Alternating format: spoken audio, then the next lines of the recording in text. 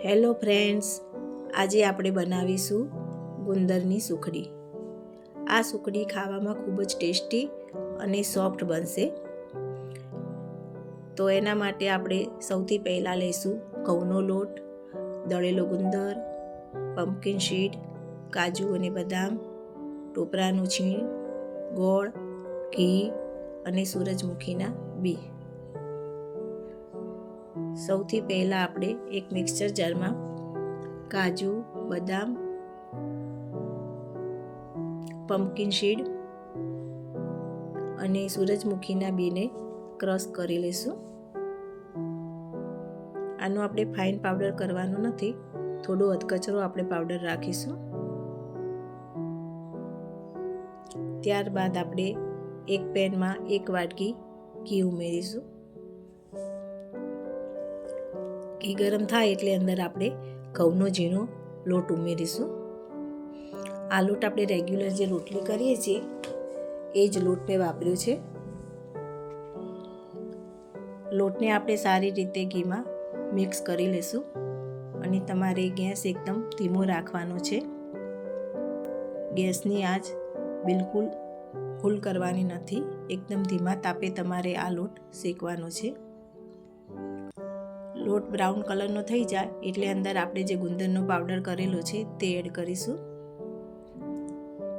આ ગુંદર આપણે કાચો લીધો છે, પણ આ ઘીમાં ગુંદર સરસ રીતે તળાઈ જશે. ગુંદર અંદર સરસ રીતે તળાઈ ગયો છે, તમે જોઈ શકો છો. ફૂલી ગયો છે આપણો ગુંદર અને બ્રાઉન કલરનું મિશ્રણ તૈયાર થયું છે. હવે અંદર આપણે જે ડ્રાયફ્રૂટનો ભૂકો કર્યો તો એ એડ કરીશું અને ટોપરાનું છીણ એડ કરી અને સારી રીતે મિક્સ કરી લઈશું.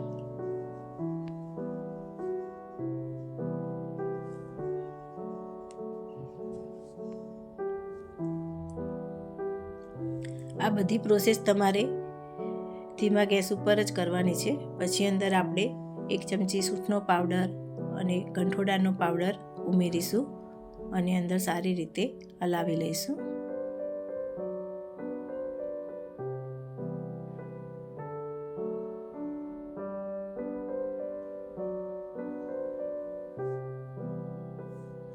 બધી વસ્તુ સારી રીતે મિક્સ થઈ જાય પછી આપણે ગેસ બંધ કરી દઈશું અને એની અંદર આપણે ગોળ ઉમેરી દઈશું. ગોળ તમે તમારી ટેસ્ટ પ્રમાણે વધારે કે ઓછો લઈ શકો છો. ગોળને મેં ભાંગીને ભૂકો કરી લીધેલો છે એટલે અંદર જલ્દી મેલ્ટ થઈ જાય. હવે ગોળને અંદર સારી રીતે મિક્સ કરી દઈશું. એને તાવીથાથી થોડો દબાવતા જશું અને હલાવતા જશું એટલે ગોળનો કોઈ ગાંગડો હોય તો મેલ્ટ થઈ જાય સારી રીતે. તમે જોયું કે મેં ગેસ અત્યારે બંધ જ રાખેલો છે.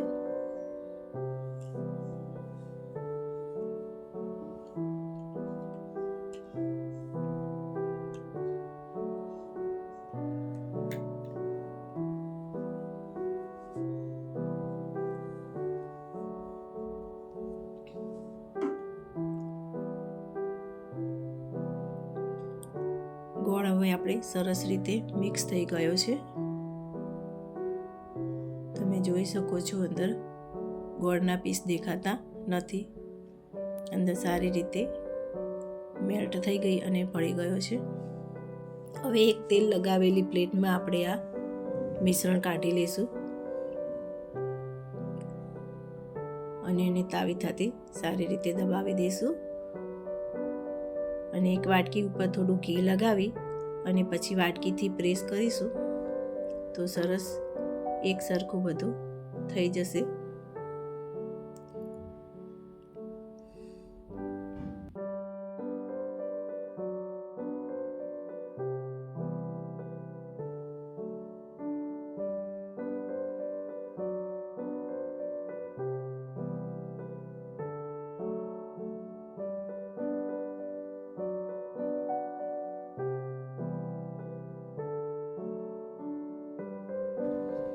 હવે આપણે બદામની કતરણથી ઉપર ગાર્નિશિંગ કરીશું.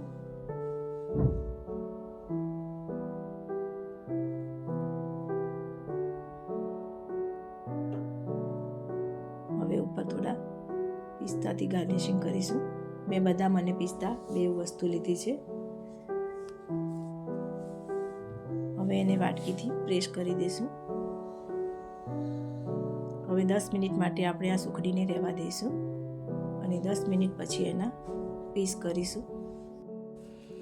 આ સુખડી ખાવામાં ખૂબ જ ટેસ્ટી છે, તો તમારા બાળકો પણ ખાવાનું પસંદ કરશે. જનરલી બાળકો આપણે ગુંદર પાક ને અડદિયા પાક એવું બધું બનાવે છે તો બાળકો ખાતા નથી, પણ આ સુખડી બાળકોને તમે એકવાર કરીને ખવડાવશો તો ચોક્કસથી તે ખાશે. એટલે એકવાર જરૂરથી ટ્રાય કરજો